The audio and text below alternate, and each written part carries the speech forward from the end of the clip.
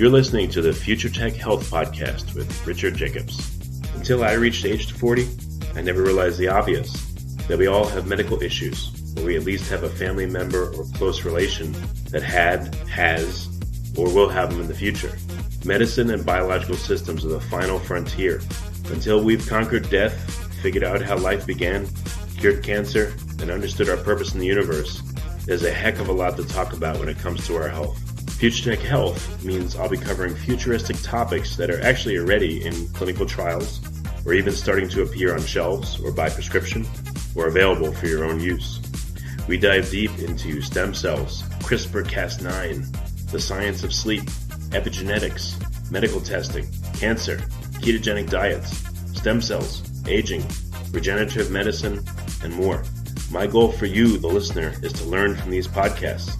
You may very well learn something that may change the course of your life for the better, steer you towards a new career, or give you insight into addressing a serious medical problem. Remember, however, this podcast and its content is informational in nature only. No medical, tax, legal, financial, or psychological advice is being given. If you enjoyed the podcast, please listen, subscribe, like, and share it with friends. Thank you. So this is Richard Jacobs with the Future Tech and Future Tech Health podcast. I have Gretchen Cara Daily. She's at Stanford, and we're going to be talking about essentially evaluating nature. They can call it many things, geography, etc., but she's an ecologist by training. So we're going to be talking about nature, what's going on with it, and how to preserve it. So Gretchen, thanks for coming. Hey, thank you. Yeah. Tell me, what's your backstory? What spurred your interest in what you do right now?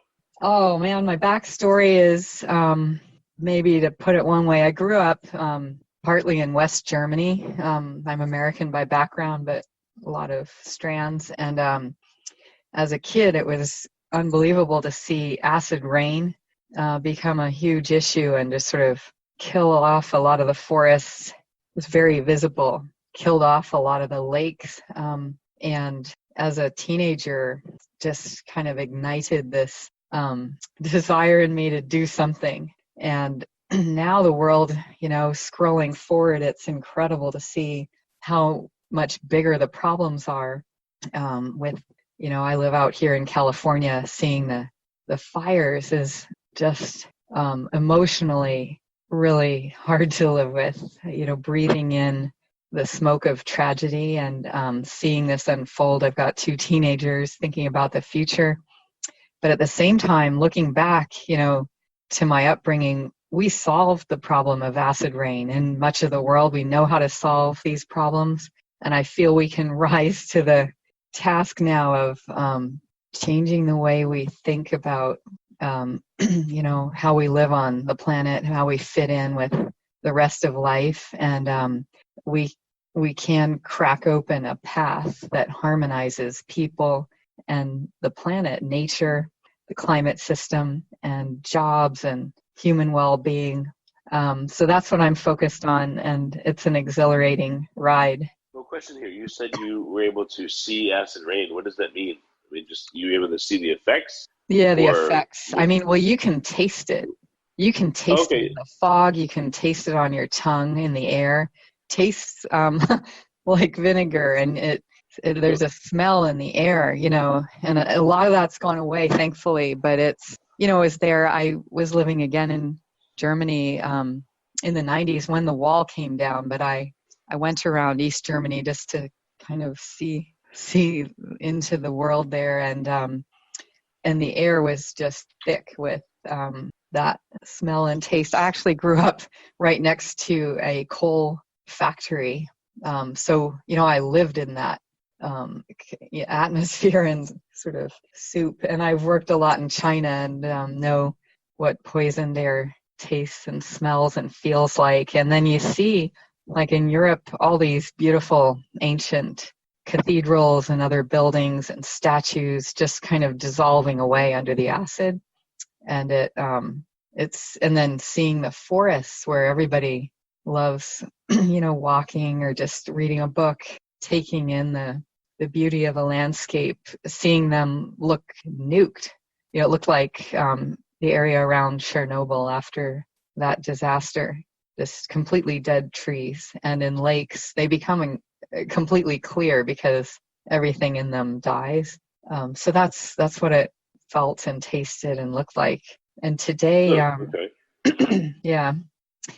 So there were a lot of people demonstrating back then. It was massive. And as a teenager, it really made an impact on me. There were hundreds of thousands to millions of people in the streets protesting. And they were protesting everything.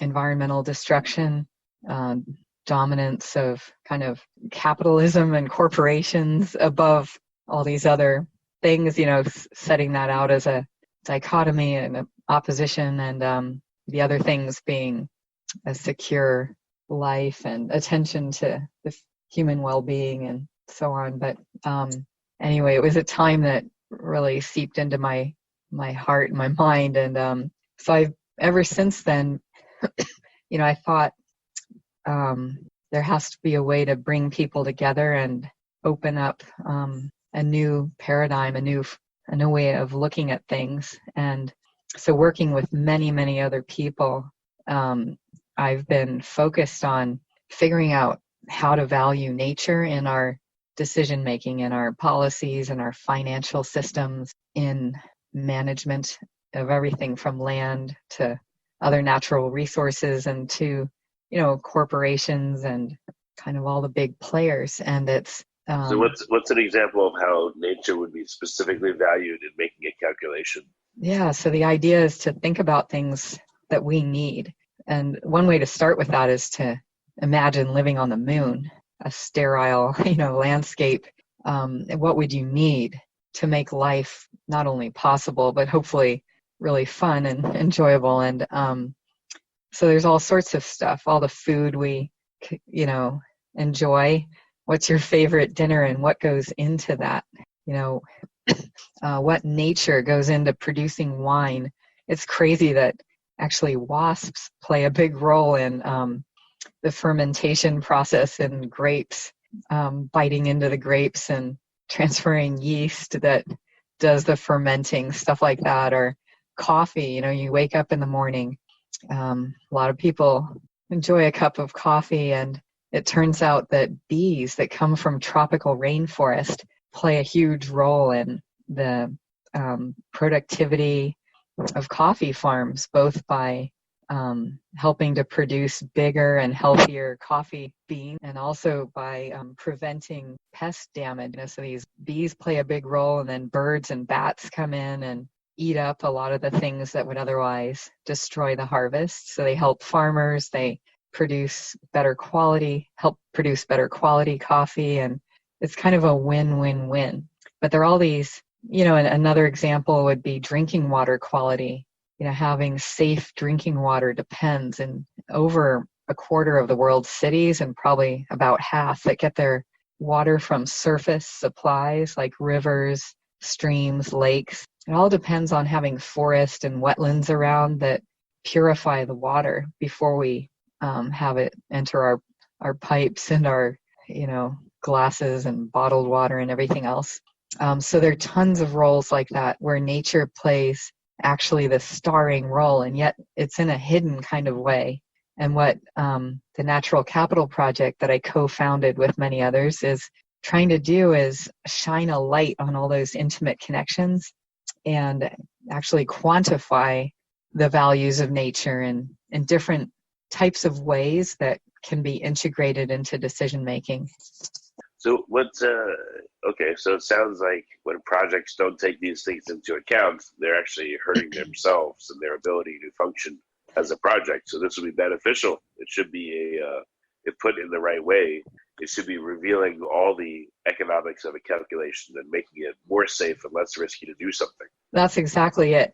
And at many levels. So at the level of farmers, making it profitable to maintain tropical forest, for example, around coffee farms as a way of getting all these benefits of nature. At the level of cities, thinking about all the benefits of green space in cities. Urban dwellers like myself, we're all starved for contact with nature, and that shows up actually in a big increase in mental health related disorders in cities, higher anxiety, higher kind of mood problems relating to depression among city dwellers compared to people living out in the countryside. And so there's a huge movement now to quantify the mental health benefits, the physical health benefits, the just the security from flooding, the improvement in water quality, the moderating of temperatures, keeping temperatures from getting too hot in cities, which tends to happen with all the concrete in them and the very great absence of trees and other, plants in green space that help cool cities.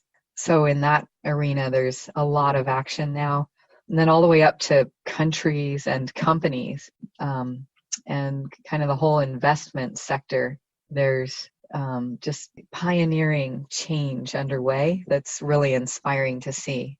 I can give an example. I'm trying to pick among many great examples, but let's pick the country of Belize, which it's tropical. It's got beautiful coral reefs, and it's got wonderful forests. All this.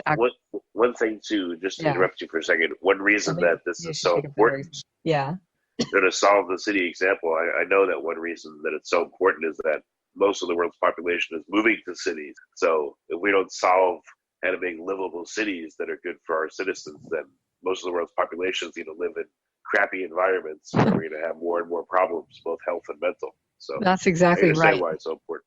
Yeah, so over half of humanity is packed into cities now. People call this the urban century. It's likely that 2/3 to even 3/4 of humanity will be in cities by 2050, 2070, around then. And most cities are becoming totally unlivable, and I'm sure many people can relate to that. So it's time, and there's political momentum where even if there's a lot of disarray at the national level politically in terms of supporting this kind of movement, mayors around the world get it. And I live out in the Bay Area in California. There's a lot of momentum behind this worry over a 9 or 10 foot sea level rise that's coming our way and is going to flood a lot of the property and a lot of the key infrastructure along the coastline. All our transportation, all the highways, the trains, all our power, both gas and electric, is right along the coastal margin at, like a couple feet above sea level. Communications, telephones, internet, all along there. And there's a huge value to investing in nature to help secure all that vital infrastructure, as well as, all these other benefits of the mental and physical health and just greater access of communities to nature for many other types of benefits, water quality, and better climate, better air. What's an example in terms of like a really dense city? How would you change things to improve, people in that city, improve their air and water and, access to green areas? Like, what do you do? So 2 things. One is you convert areas that maybe are more run down, maybe property prices are lower, convert them to green space, just add in green space. And that's happening in a bunch of cities along old railway tracks that aren't used anymore, or along old highly industrialized parts of a riverfront or other waterfront that are going to be redeveloped with green space, with nature. And there are great examples from New York to San Antonio to out here in the Bay Area, very densely populated and likely to become ever more so. But building in the green space, creating access to it, making it have all the elements of nature that confer these benefits. So little bits of marshland along rivers can really help with water purification, can also help with lowering flood risk, and then having a kind of natural green space and not just lawns, maybe some lawns for kids to run around in, but more natural, trees and open areas for grown-ups to walk and talk in and people to go jogging in, and all that helps clean the air, helps stimulate our mental health.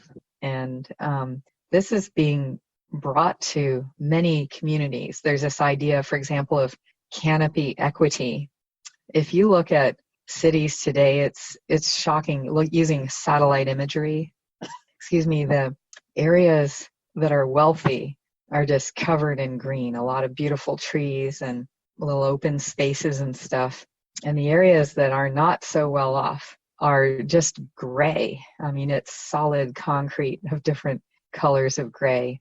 And so there's a movement now around canopy equity, and all of this generates kind of a win-win-win set of benefits for people and for like livable and economically vibrant cities. So that's happening all over the world. So it's important in cities to find like the brownfield areas, the areas that are not being used, and to specifically target those, the blighted areas, turn them into green spaces. Yeah, that's absolutely right. And then, get more ambitious and do more.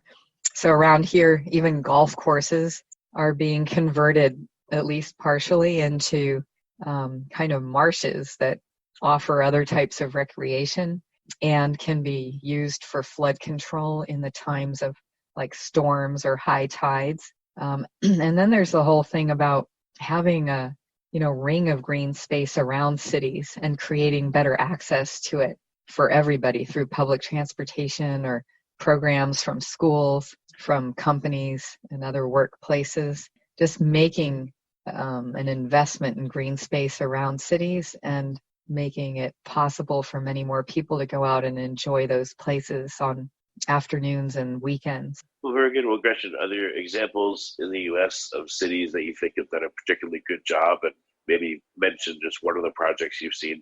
Yeah, so I've mentioned this one in the San Francisco Bay Area. It's really getting traction across 9 counties, creating a lot more green space and securing the beautiful sort of redwoods and grasslands up in the hills around the city, or the many cities here, big metropolis. Another is Seattle, that is opening up much more public transportation and just kind of even better roads for private transportation out to existing green spaces that were relatively inaccessible.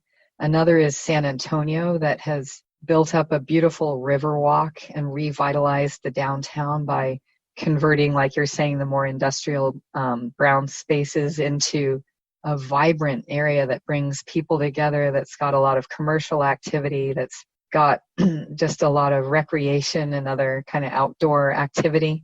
And in a new part of San Antonio, same thing happening with a lot of art and educational programs, as well as, the commercial activity. So just visualizing a future that blends the economic development we want to see with securing of nature.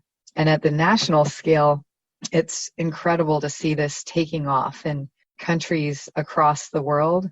So the U.S. is leading in some of it, but I have to say the most dramatic change right now is happening in China, a place we often hear about in the U.S. in terms of just sheer devastation on the environment. And they have gone to the greatest extremes of devastating flooding and poisoned air and water. But recognizing that and waking up to it now, they're investing more than any other country in converting to green energy. So like one of their cities, Shenzhen, now has all electric vehicles, and building in Shenzhen has about 40% tree cover today, and they're trying to even secure that and build it up more. So visualizing a future with land zoning and investment, so seeing nature as the driver of economic prosperity and engine of economic development is sort of a whole new way of looking at things in real decision making. So investing billions of dollars in this ecological civilization, as they're calling it in China. And the same approach is now being advanced across Latin America through the Inter-American Development Bank and other investors, looking for countries, and many now have stepped up to this, developing plans that involve increasing the amount of nature in its many forms in a country as development takes place. So hand in hand, improving jobs and livelihoods and health and other aspects of human well-being, and at the same time, really securing nature. Well, very good. Well, Gretchen, unfortunately, we're out of time, but what is the best way for people to follow up and see more of your particular work and what you're doing? Yeah, thank you for this. It's fantastic talking with you. A really good way to follow up is to look at the website of the Natural Capital Project. It's a global initiative being led by many countries around the world, and it's just www.naturalcapitalproject.org. And okay. You'll That's great. see Well, Gretchen, stuff going on. Thank you, Richard. Thank you very much for coming.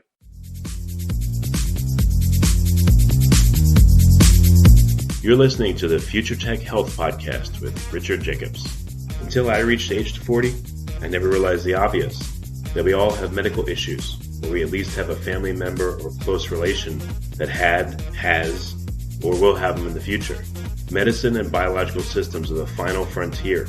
Until we've conquered death, figured out how life began, cured cancer, and understood our purpose in the universe, there's a heck of a lot to talk about when it comes to our health.